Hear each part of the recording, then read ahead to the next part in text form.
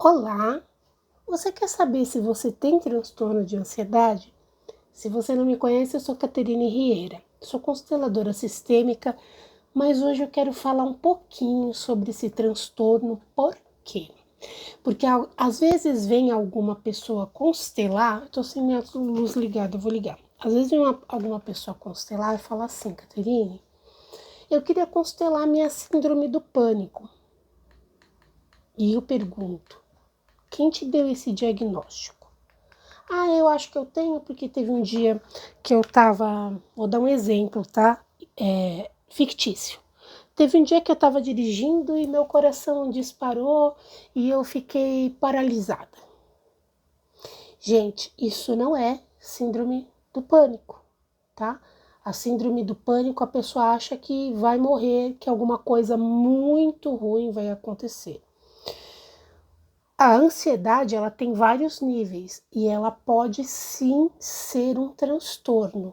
E aí um transtorno de ansiedade, ele já tem um nível mais elevado, mas ele também tem muitas variantes. Por que eu resolvi gravar esse vídeo? Eu tenho transtorno de ansiedade, eu tenho diagnóstico de transtorno de ansiedade.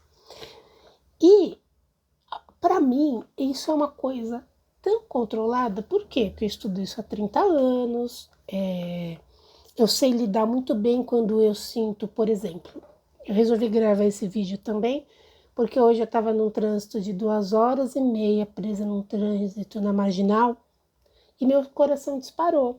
E eu falei, nossa, por que meu coração disparou? Tá tudo bem? E aí eu lembrei, eu tive uma memória, que eu já tinha sido assaltada num trânsito parado na Marginal, quando eu tinha 20 anos, voltando do mesmo lugar que eu estava voltando hoje. Então foi uma conexão, uma sinapse que meu cérebro fez. E na hora eu entendi, respirei. Respiro 4, inspiro 8 pelo nariz, até o coração parar de bater. Só que algumas pessoas não, por falta de conhecimento, não conseguem fazer esse controle do corpo. Então, eu quis dividir com vocês isso e falar um pouco pela abordagem sistêmica sobre isso também.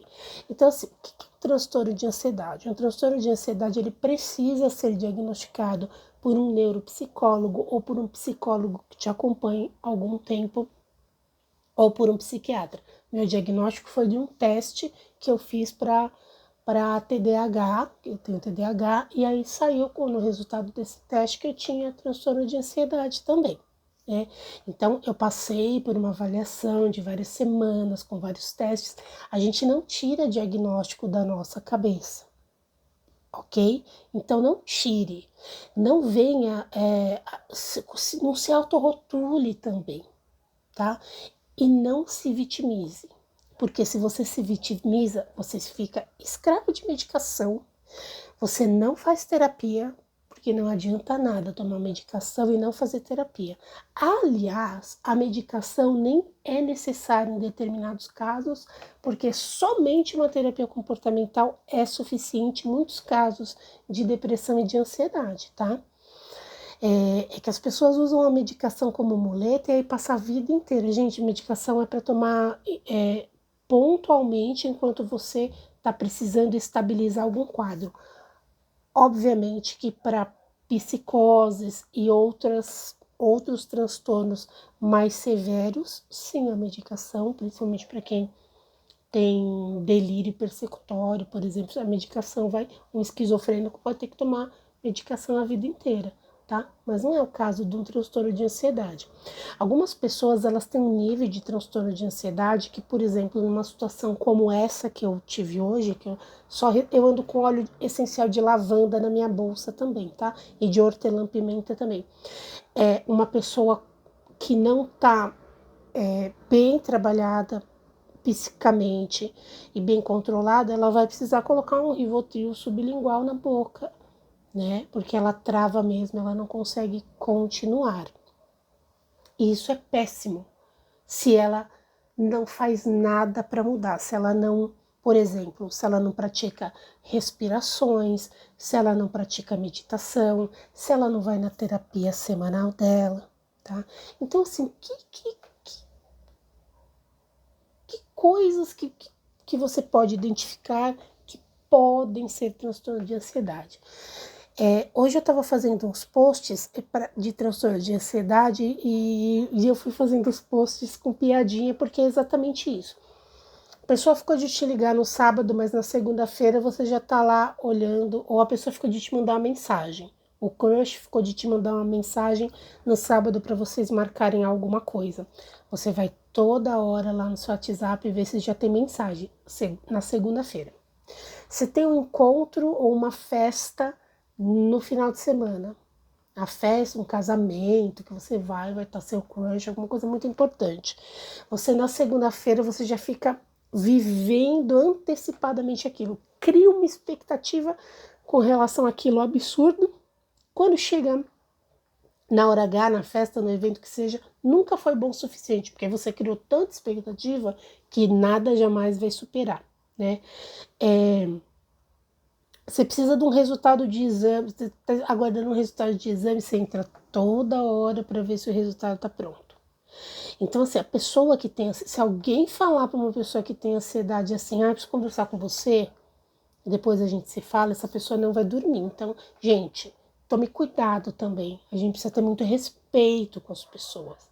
E a gente precisa entender que algumas pessoas realmente é uma luta. É uma luta diária. Você falar para você, olha, isso é coisa da sua cabeça. Por quê? Porque as coisas que acontecem com o que vem na mente do ansioso, 99,99999% das coisas que o ansioso teme o tempo inteiro, nunca vai acontecer. Nunca acontece. Então, como que você percebe que você é ansioso?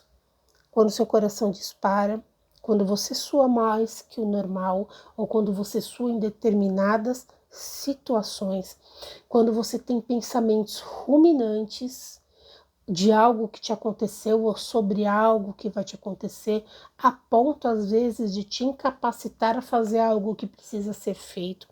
Quando você fica com essa espera de ficar fazendo checagens, sabe? Checando mensagem, checando e-mail. Existe uma série de outras coisas, mas essas são coisas que você pode, outros indícios, mas esses são alguns que você pode perceber que são bem acentuados, né? Muita ansiedade quando precisa tomar uma decisão, muita dificuldade em tomar uma decisão. Então, se você acha que você tem, procure alguém que possa te dar um diagnóstico e que você possa se cuidar preferencialmente com uma terapia comportamental, porque não tem necessidade de tomar medicação a não ser que você tenha algo incapacitante. Como eu já disse, eu atendo pessoas que a pessoa fica paralisada, ela foi tomar banho e ela teve uma crise de ansiedade e ela fica paralisada, ela não consegue sair de dentro do box. Essa pessoa ela precisa ter uma medicação enquanto ela não consegue reverter. Agora, uma pessoa como eu, por exemplo, não precisa ter medicação. Por quê? Porque sabe que quando dá aquela o TDAH tem aquela paralisia que você não sabe o que vai fazer. Eu já sei que é paralisia. Eu respiro e falo, não, daqui 2 minutos eu decido onde eu vou.